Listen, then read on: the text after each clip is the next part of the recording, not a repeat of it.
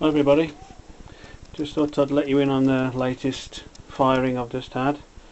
The first time for about 20 odd years I've had something blow up in the kiln. That was a pot for an upcoming show, and it was in that way up in this larger bowl, and the base must have been still a bit wet inside, even though it seemed dry, and it's exploded. So luckily the big bowl is still intact. I shall be raccooing that tomorrow. There's just a few of these pots here.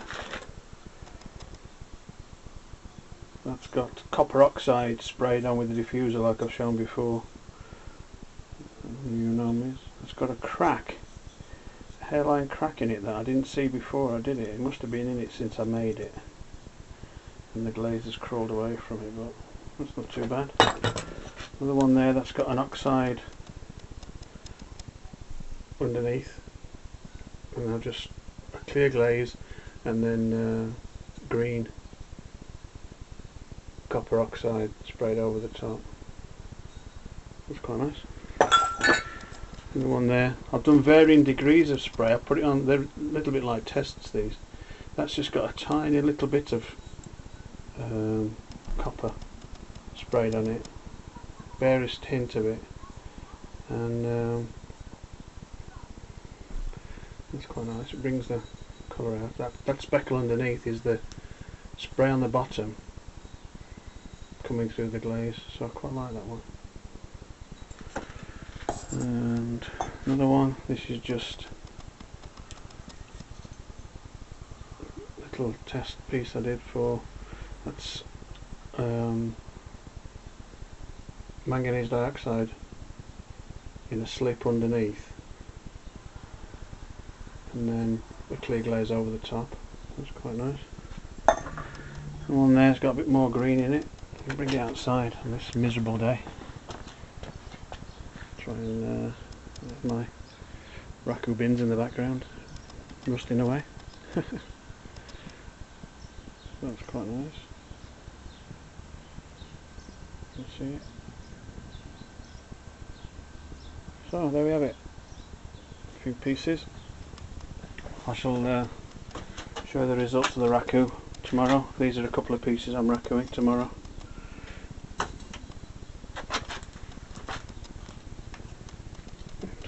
In it.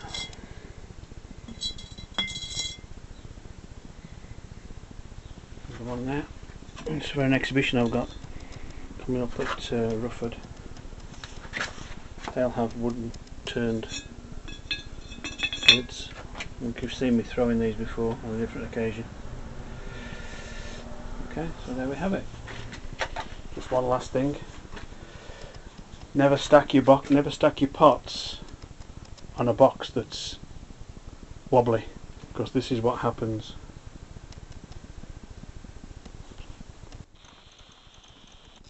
Oops, never mind, it's only clay. Okay, we've moved here into my kitchen to have a look at these pots I showed you earlier in this video. Just to sort of as a backup to the type of glaze test I was doing, only basic glaze test, and it's quite late and this is the best lighting I've got in the house for the videoing, so bear with me with it. This one here has a very small amount of copper carbonate on it. You can hardly see it in the video I think, but it just speckles it a little bit. Then I've sprayed it a little bit heavier. Work our way up slightly more.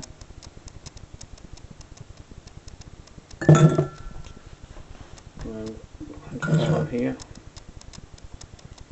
quite like the grading effect from dark to light on that.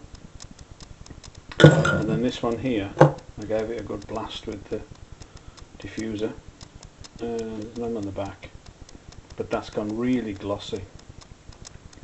And I think what happens is, well, I know what happens is that carbonate copper oxide acts as a flux in a glaze, so therefore it melts at a lower temperature. So what I plan on doing is, my kiln doesn't go very high, it only goes to about 1080 comfortably.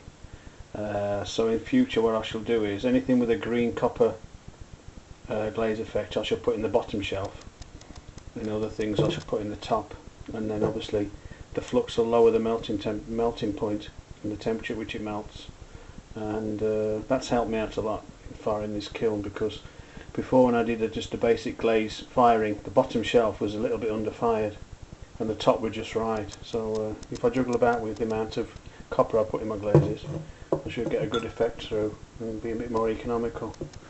But